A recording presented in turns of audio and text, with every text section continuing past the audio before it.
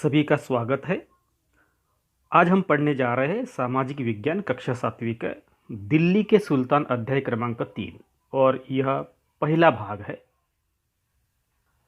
और इस अध्याय में हम पढ़ने जा रहे हैं राजधानी दिल्ली का इतिहास, दिल्ली के सुल्तानों के बारे में जानकारी, रजिया सुल्तान और न्याय चक्र, इन मुद्दों पर चर्चा करेंगे।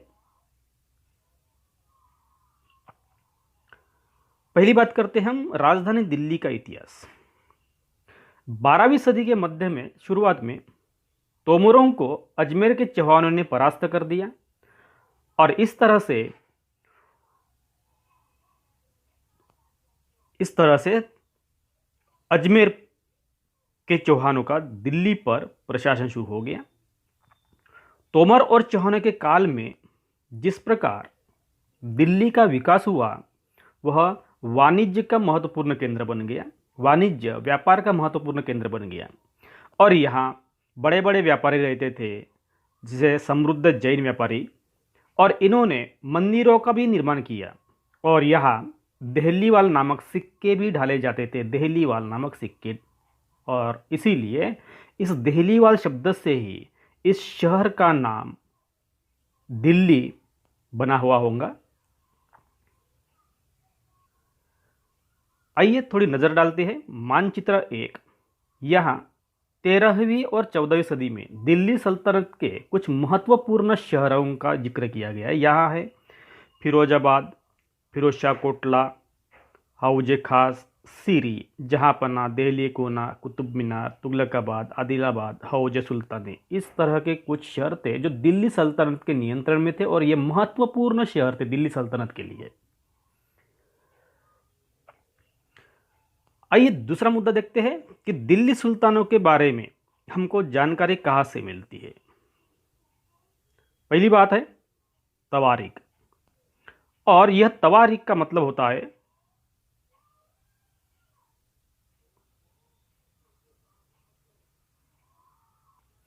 तारीख, और यह तवारीख सुल्तानों के शासनकाल में लिखे गए थे और उस वक्त प्रशासन की प्रमुख भाषा जो थी वो थी फारसी भाषा, और इस फारसी भाषा में तवारीख लिखे गए। इस तवारीखों से हमको पता चलता है कि दिल्ली के सुल्तान की विशेष जानकारी हम प्राप्त कर सकते हैं। और तवारीख के लेखक कौन कौन थे देखिए, सचिव, प्रशासक, कवि और दरबारी होते थे। ये पढ़े लिखे लोग होते थे, ज्ञानी पंडित होते थे और वह दिन ब दिन हुए घटनाओं का वर्णन करते थे और शासकों को प्रशासन संबंधी सलाह देते थे, कब कैसा निर्णय लेना चाहिए, कब कौन सा निर्णय लेना चाहिए। और ज़्यादा तौर पर वह न्यायसंगत शासन के महत्व पर बल देते थे कि किसी पर अन्याय ना हो, सभी को न्याय मिले और सभी खुशहाल रहे, इस पर इनका ज़्यादा जोर होता था।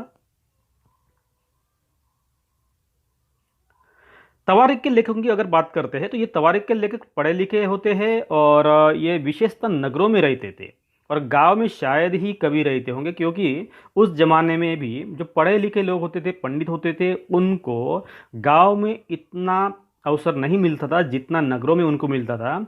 और इसीलिए राजाश्रय मिलने के कारण वह लोग जैसे लेखक नगरों में आया करते थे और नगरों में ही रहते थे जो राजा की सेवा में कार्यरत होते हैं। और वे अक्सर इतिहास सुल्तानों के लिए उनसे ढेर सारे इनाम इकराम पाने की आशा में लिखा करते थे। वो चाहते थे कि क्यों, अगर प्रशंसा करेंगे, तारीफ करेंगे तो राजा या सुल्तान उनको इनाम देंगे, इस आशा में वो लिखा करते थे। और इसीलिए हमेशा उनके लिखावट में सुल्तान या बादशाह की तारीफ ही नज़र आती है। लेखक अक्सर शासकों के जन्मसिद्ध अधिकार और लिंग भेद आधारित आदर्श समाज व्यवस्था बनाए रखने की सलाह देते थे। मतलब एक सुल्तान है और उसके बाद उसका ही लड़का सुल्तान बनेगा, मतलब परंपरागत या वंशानुगत व्यवस्था पर वो ज़्यादा जोर देते थे और उसी तरह से वो सलाह भी देते थे। और लेकिन इनके विचारों से सारे लोग सहमत नहीं होते थे, क्योंकि ऐसा जरूरी नहीं था कि इनके ही विचारों से राज्य व्यवस्था चले, और इसीलिए विचारों से सहमत नहीं होते थे। कभी कभी इसमें ऐसा संघर्ष भी हो सकता था। तो ऐसा ही एक उदाहरण है, हम देखते हैं कि रजिया सुल्तान। ये रजिया सुल्तान कौन थी? देखिए, यह 1235 में 1235 में इल्तुतमिश की मृत्यु हो गई, और इल्तुतमिश यह रजिया सुल्तान के पिता थे। और इल्तुतमिश ने गुलाम साम्राज्य की नींव रखी, उसकी नींव मजबूत की, और 1235 में उसकी मृत्यु हो गई। उसके उत्थान को देखकर आज भी हमको प्रेरणा मिलती है कि किस तरह छोटे लोग भी जीवन में ऊंचे पद को प्राप्त कर सकते हैं। एक सामान्य सैनिक की स्थिति से उठकर उसने एक विशाल साम्राज्य की स्थापना की, और इस पर भी वह इतना धैर्यवान, धर्मात्मा और दयालु था। और इसीलिए मिनाज सिराज इल्तुतमिश के बारे में कहता है कि आज तक एक भी बादशाह ऐसा नहीं हुआ जिसमें इतना विश्वास, इतनी दया और फकीरों, भक्तों, धर्म और न्याय के ज्ञाताओं के प्रति इतना सम्मान हो। और ये हो गया है मिनाज सिराज का इल्तुतमिश के बारे में मत। आगे देखते हैं, उसकी मृत्यु के बाद सिंहासन के लिए अनेक षड्यंत्र हुए। सुल्तान को अपने पुत्रों के निकम्मेपन का पता था, और इसीलिए उसने अपने जीवन काल ही में अपनी बेटी रजिया को अपनी उत्तराधिकारिणी नियुक्त कर दिया। लेकिन सरदारों को एक स्त्री द्वारा शासित होना पसंद न था, इसीलिए उन्होंने युवराज रुकुनुद्दीन, इसका भाई, रजिया का भाई रुकुनुद्दीन इसको गद्दी पर बिठाया। युवराज रुकुनुद्दीन अत्यंत विलासी था, और वह मद्यपी भी था। वह रात दिन भोग विलास में डूबा रहता था। शासन का भार उसकी माँ शाह तुर्कान चलाती थी। रजिया की माँ शाह तुर्कान, रजिया की माँ थी शाह तुर्कान। उसने षड्यंत्र करके इल्तुतमिश के दूसरे लड़के कुतुबुद्दीन को भी कत्ल करवा दिया। सो रुकुनुद्दीन का भाई कुतुबुद्दीन, इसका भी रुकुनुद्दीन ने कत्ल करवा दिया। रजिया पर भी उसकी निगाह थी, लेकिन रजिया किसी तरह बच गई। इस तरह से रुकुनुद्दीन ने अपने भाई का कत्ल किया, कुतुबुद्दीन का कत्ल कर दिया, लेकिन रजिया उससे बच गई। इस पर अवध, बदायूं, हांसी, मुल्तान और लाहौर के गवर्नरों ने विद्रोह कर दिया, और 1237 के बाद रुकुनुद्दीन की मृत्यु के बाद रजिया को गद्दी पर बिठाया गया। अब इस तरह से 1237 में रुकुनुद्दीन की मृत्यु होती है, और इस तरह से रुकुनुद्दीन के बाद रजिया को अवसर मिलता है गद्दी पर बैठने का। रजिया का विरोध राज्य के वजीर मोहम्मद जुनैदी ने किया, किंतु अपनी बुद्धिमानी, साहस और अवध के मलिकों की सहायता से वह विरोध को दबाने में सफल हुई।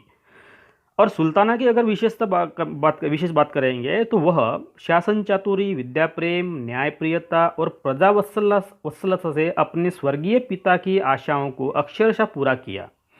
उसकी खास बात यह है कि वह खुले दरबार में पुरुषों की पोशाक पहनकर बैठती थी और न्याय करती थी, और विद्रोही हिंदू और मुसलमान दोनों के विरुद्ध वो युद्ध करती थी। वह स्वयं एक अच्छी योद्धा थी और सेनाओं का स्वयं संचालन करती थी, परंतु उसका स्त्री होना उसके लिए भारी दिक्कत थी। मुल्ला मौलवी उसका इस प्रकार का आचरण पसंद नहीं करते थे। आगे देखते हैं कि रजिया का संबंध एक एबिसिनियन गुलाम याकूत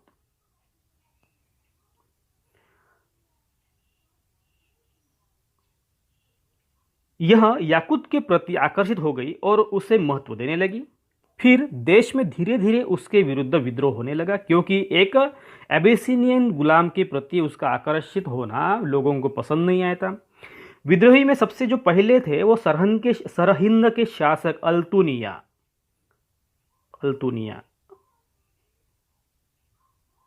जो सरहिंद का शासक था, रजिया का विरोध करने वाला सबसे पहला और प्रखर विरोधक था, और उसको दबाने के लिए रजिया ने कुछ कर दिया, लेकिन रास्ते में ही उसकी सेना ने विद्रोह कर दिया और याकूत को कत्ल कर दिया गया। याकूत का यहाँ कत्ल हो जाता है।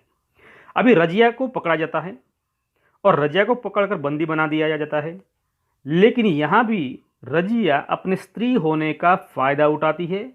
उसने अल्तुनिया को अपनी तरफ आकर्षित करती है और उससे विवाह कर लेती है। लेकिन जब रजिया अपनी अपने साम्राज्य से अनुपस्थित है तो उसके भाई बहराम शाह ने दिल्ली का सिंहासन हड़प कर लिया और इसीलिए अल्तुनिया और रजिया सुल्तान अपने खोए हुए सिंहासन को प्राप्त करने के लिए दिल्ली पर आक्रमण करते हैं, किंतु बहराम ने भी उनको पराजित किया और 1240 में उनका कत्ल कर दिया गया। इस प्रकार रजिया के 3.5 वर्ष के बाद उसका राजकीय जीवन का दुखद अंत हो गया। उस जमाने में जो पांडुलिपि तैयार की जाती थी उसके कुछ चरण दिए गए यहाँ। पहले कागज को तैयार किया जाता था, बाद उसको लेखन करते थे और बाद में महत्वपूर्ण शब्द अनुच्छेद की ओर ध्यान आकर्षित करने के लिए सोने का पिघला कर उसका प्रयोग करते थे और बाद में जिल्द तैयार कर लेते थे। इस तरह से ये पांडुलिपि तैयार करने के 4 चरण होते थे। तो यहाँ देख रहे हैं आप पांडुलिपि तैयार करने का चरण 1, 2, 3 और 4। ये पांडुलिपि तैयार करने की अवस्था है। आगे देखते हैं न्याय चक्र। यह न्याय चक्र क्या होता है इसका थोड़ा विस्तार से देखते हैं हम। 13वीं सदी के इतिहासकार है 13वीं सदी के इतिहासकार फ़क्र-ए-मुदब्बिर इन्होंने लिखा है कि राजा का काम सैनिकों के बिना नहीं चल सकता। पहली बात है, सैनिक महत्वपूर्ण है यहाँ, और सैनिक वेतन के बिना नहीं जी सकते। वेतन आता है किसानों से, क्योंकि राजा किसानों से वसूल करता है। राजा सैनिकों को वेतन देता है और सैनिक प्रजा का मतलब किसानों की रक्षा करते हैं। मगर किसान भी राजा से तभी चुका सकेंगे जब वे खुशहाल और प्रसन्न हो। ऐसा तभी हो सकता है जब राजा न्याय और ईमानदार प्रशासन को बढ़ावा दे। इसी तरह से राजा अगर अच्छा है, ईमानदार है, खुशहाल है और प्रशासन व्यवस्था अच्छी है तो किसानों का लाभ होता है। अगर राजा उनके लिए अलग अलग योजनाएं, सिंचित व्यवस्था या फसल बढ़ाने के लिए कुछ अवसर प्रदान करते हैं या कुछ नई योजनाएं बनाते हैं तो किसानों की आमदनी बढ़ेगी। किसान राजा को कर देंगे। कर देने के बाद राजा के पैसा और सैनिकों को वेतन देना आसान हो जाएगा और सैनिक खुशहाल रहेंगे तो वो भी अपनी देश की रक्षा करने में सफल रहेंगे। इस तरह से ये न्याय चक्र सिद्धांत है।